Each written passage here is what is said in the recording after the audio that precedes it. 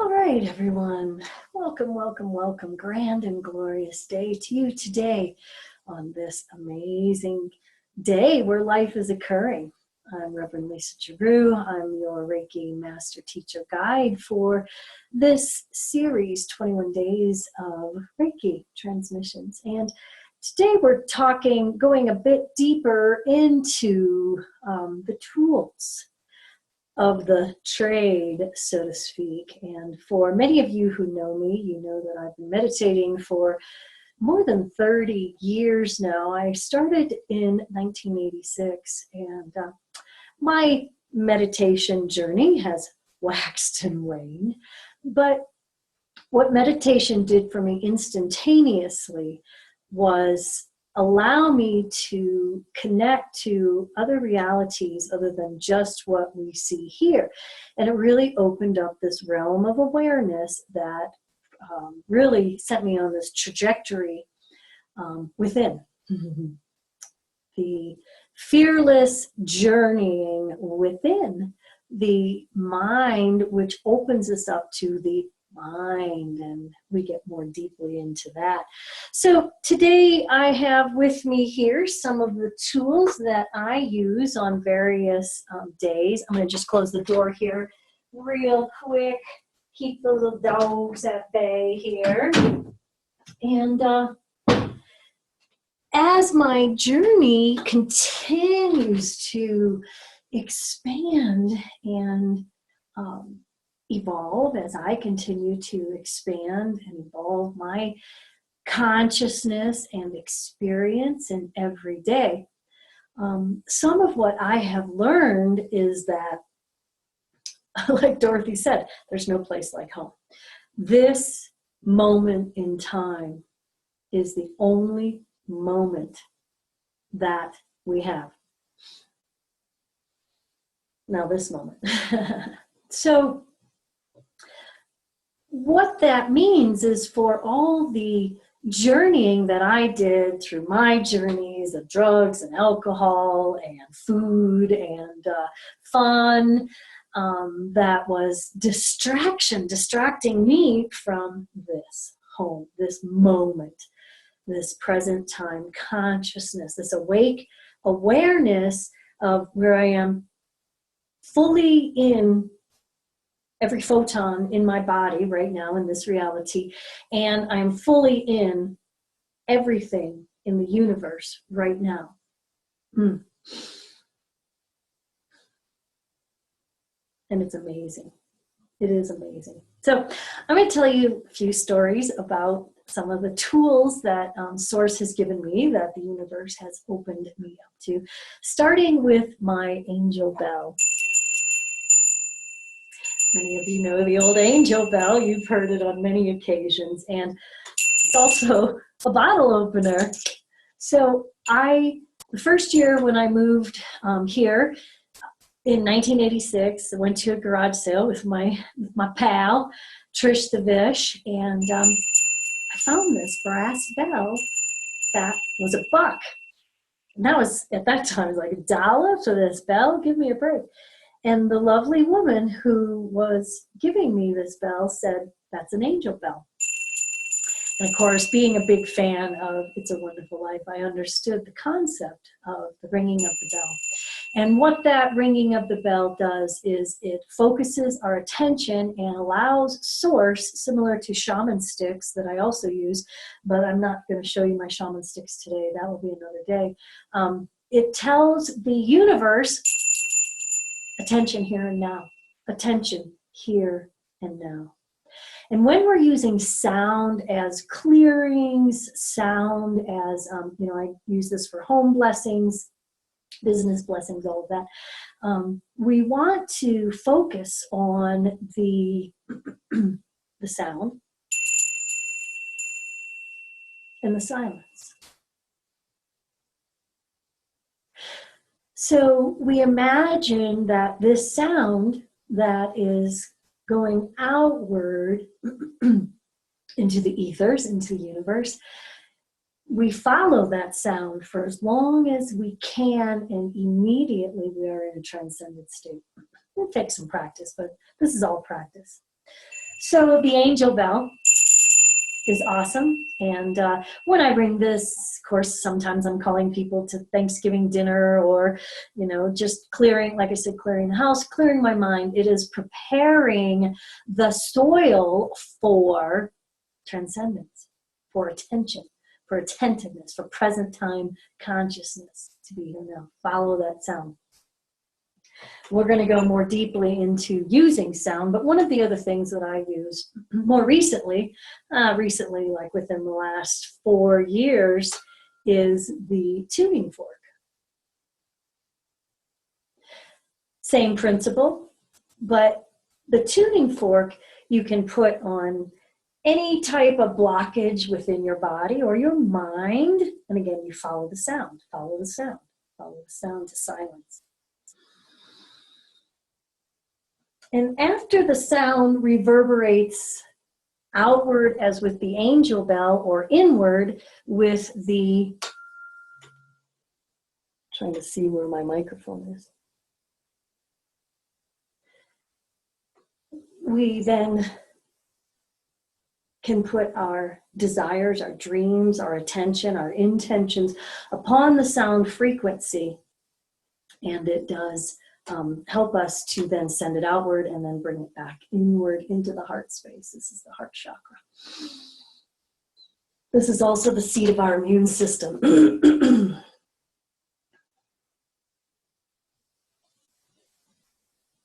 Deeply relaxing, great for children. One of the other things that I use at times is, you know, we talked about tiny altars everywhere. This is a product that I've created that all the stones have been blessed and set in meditation. And this is kind of just a gazing piece. You just turn it and breathe and just imagine, intend, hold space for peace on earth, peace of mind. And then you can also send this outward. And I'm always working with the infinity sign.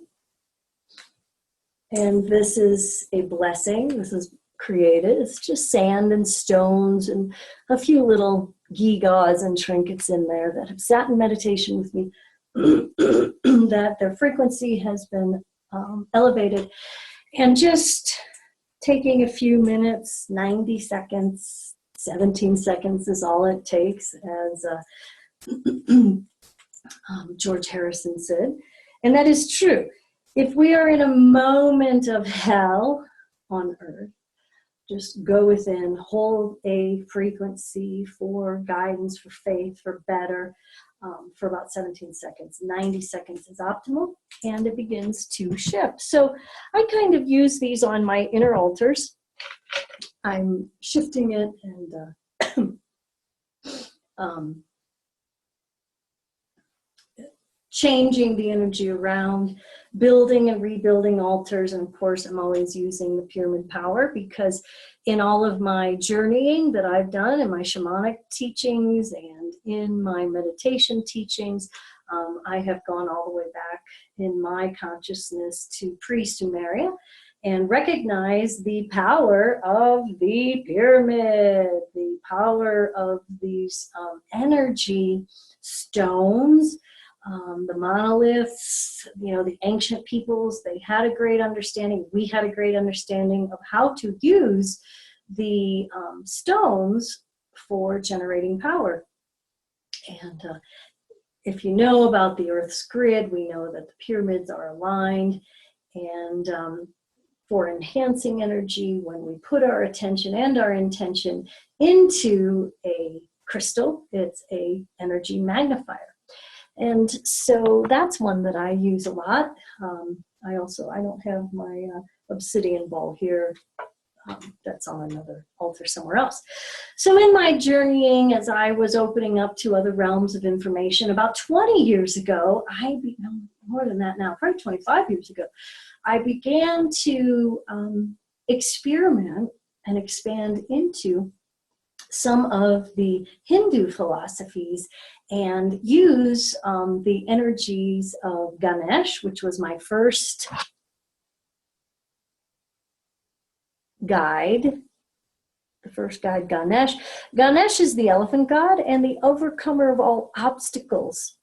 And so in Christian tradition, which is what I was raised in, you know, we certainly believe in there are no other gods before me, the one, the universal.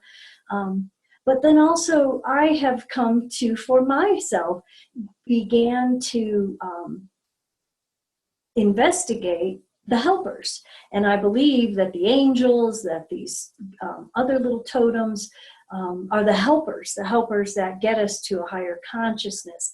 And using the power of Ganesh to break through any challenges allows us to be more present with the one, the all, the almighty, however you want to language it.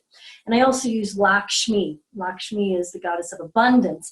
And of course, when we're talking about abundance, Ganesh and Lakshmi in Hindu traditions are like pals. They're like best friends. You celebrate one, you celebrate the other.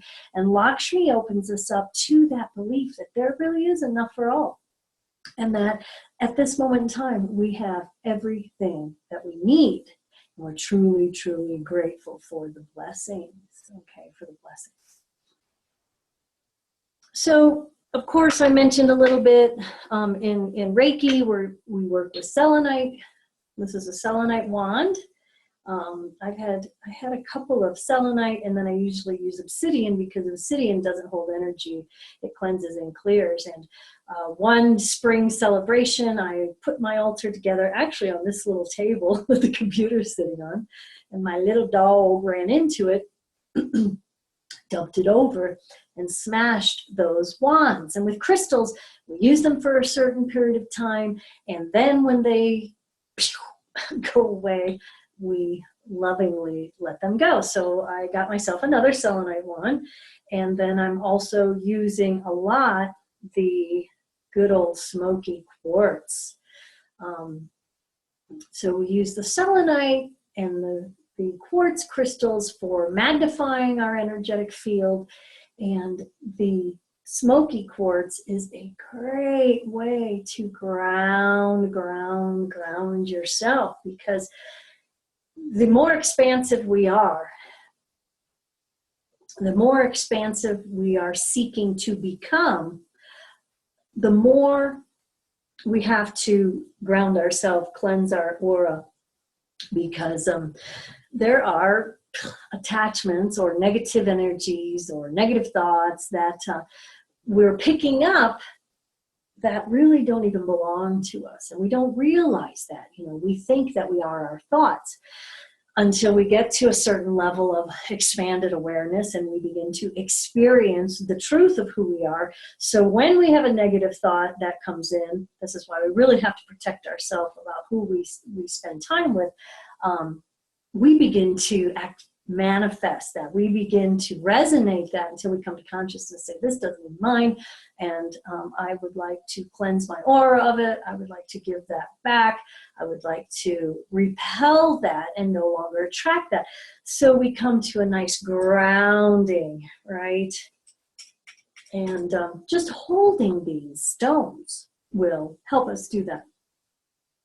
One of the other things that recently I have come in contact with is the purple plate.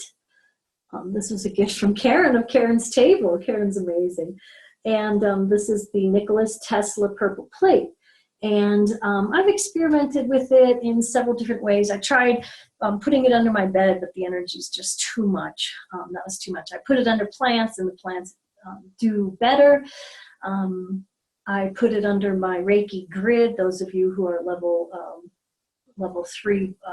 2 understand about the Reiki grid to expand the energy. But just recently, when I'm sitting in meditation, I put it under my feet. And it is a way of continuing to expand the energy, Why do we want to expand the energy? Why would we want to do that? Well, for me and my experience and what I have learned and how it works for me is because we get trapped in this very dense package that is our physical body. And the expanded awareness allows us to have the greater experience. Think of how it looks. The universal man, I can't think of the proper name for him, but it was done by Leonardo, and it showed just all the frequencies that we are sending out and receiving. Now, if we are only focused on what we see within these four walls as reality, we are trapped in our human experience. Now, the human experience is everything, but it's the expanded experience as expressed through the body that becomes the blessing. The blessing. I work with a lot of clients who want to astral travel and they want to get out of this body. And for years and years, you know me, I love to get out of my head and use drugs and alcohol as a modality for that. And some of it was okay, but a lot of it wasn't, because I then could not be fully awake, aware, present, pleased with the experience that I was having right now. So if I didn't have an addictive personality, I might have been able to have those experiences with drugs and alcohol from an expanded perception, but what it did for me was it dampened my energetic field. And as Cosmos says, that is not that for me, for him, for the work that we do, it's not the greatest. And certainly for me, I became enslaved to the drugs and the alcohol. So it'd be like, oh, I would be having this wonderful transcendent experience, and then all I could do was chase that experience and have it through using weed, one of my favorite drugs. Alcohol, I've been off that 20 years, and I never did many psychedelics because that just, a few times of mushrooms, which was okay for me at that moment in time. But I began to clear my physicality from those substances, because I can't function. I'll just do it till it's like woo, anyhow. So clean and clear today, gratefully so. So the experience of this lifetime, this human expression of ourselves, is what we are here to do, and then to bring the unseen, fill the seen with the unseen, the Christ consciousness, the universal, the one, however you want to call it, for the benefit of all. So that we see our true power, so that I'm sitting here with you, offering you this transmission, but there is a larger part of me that is expanded in universal consciousness. And that is delightful. So that when I'm sitting in a room with, let's just say, when I'm out there in the world, and not being of the world, but being in the world, I engage this part of me that allows me to navigate more beautifully this human experience. And like I said, because I am so intuitive, because I am very introverted and intuitive and illuminated, sometimes that is really checking out from what I'm experiencing here. And I'm wanting to do that with all the bliss and joy in my heart, so that those people that I may be sharing my life with will feel the presence of the energy as opposed to perceiving me as disengaged. But really, I'm working on a higher energetic level. I'm wanting to contribute to the collective. I'm wanting to feel peace on earth, so that peace of mind, so that I can perceive peace on earth for the benefit of all. That's all the work that I'm here to do. So, moving on, some of the other tools that I love to use, and essential oils. Okay, essential oils have a beneficial effect on physiology and psychology, and they smell good. So right here, I've got some geranium. And for me, I just usually work with them directly. I'll put a little bit on my hand. I'll take it in. I'll anoint myself and my energetic field.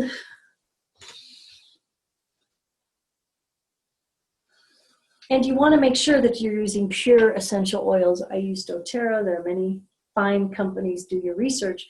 And each oil has a frequency. We'll get it right into there. And it raises vibration. And a raised vibration, I'm talking about healing, okay? It offers a healing, okay? So, we all have healing to do this whole lifetime. We're only here to heal our broken heart so that we can set the example for others to go on their healing journey to heal their broken heart. Some people never get there until their dying breath and then go through all the portals, okay? Just when the portals come up, just shoot right through. You can have that expanded consciousness on your deathbed. That's where some things like ayahuasca come through. They say that the DMT is a chemical that we have that's supposed to help us when we come into the planet, because going from non-physical reality into physical reality is quite an experience, and the same as going from physical reality back into non-physical reality. So for those of you who have dabbled, I have no opinion on this. That's not what this is about. So anyhow, but I'm saying to you that no matter what has occurred in this physicality, go through all the portals. So we've done some energy work, okay, right here, right now. And one of the other ways that we want to make sure that we keep ourselves shiny, so to speak, is of course to use smudge, incense, offering the smoke as a sacrifice in a sense between the physical and the non-physical. But sage, and this one is mugwort and sage combined, and they all have different properties, and at some point I will offer you the 4 sacred herbs, and we can go more deeply into that in another teaching. But real basic, I'm always using a lot of sage, and I don't have my shaman's feather here, but we just smudge our physicality and our physical experience. And so in the next part of this, we're going to just be meditating. So I'm just kind of creating a very safe space to do the work. Now and I'll show you at another time how to totally smudge body surroundings for cleansing and clearing. But sage is just a great way for increasing the vibration in which we are bathed. So we just kind of want to bring that in. And of course, go all the way around under our feet too. And then of course, one of the first tools that as fearless venturers within use is the lighting of the candle. Now, when we light a candle, and God gave us tools, we want to act as if this is being lit from our own heart. And we light the candle to show the way, to represent, in this case, the Reiki energy.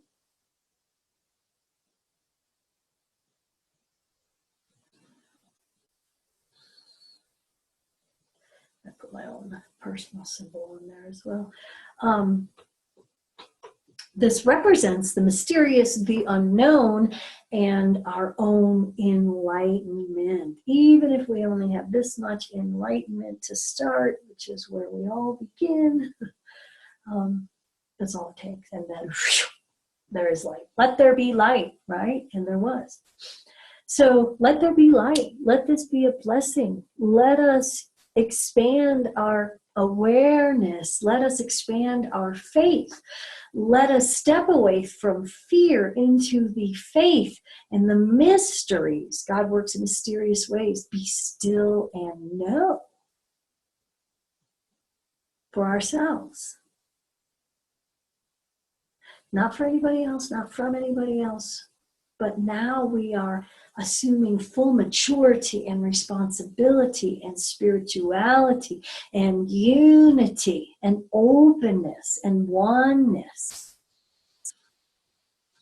By connecting to that breath, the foundation of all that is, as we structure our spiritual house with pillar number 1. Thank you, thank you, thank you. Forgiving ourselves. I love you. I'm sorry. Please forgive me. Thank you. That opens us up to the universal laws of cause and effect and all that those work for. And then the sacred space, sacred silence, sacred sound. And that the inside always mirrors the outside. So if we want the physical reality to improve, if we want to cultivate peace on earth, it starts with peace of mind, right here and right now. Namaste. So in the next video, you're going to just see me come on and we're going to sit in meditation together. I welcome your comments. Thanks for coming along into this next great frontier, the great migration within, away from distractions, away from dis-ease or lack of ease, into total peace, light, and love. That is all. That is all.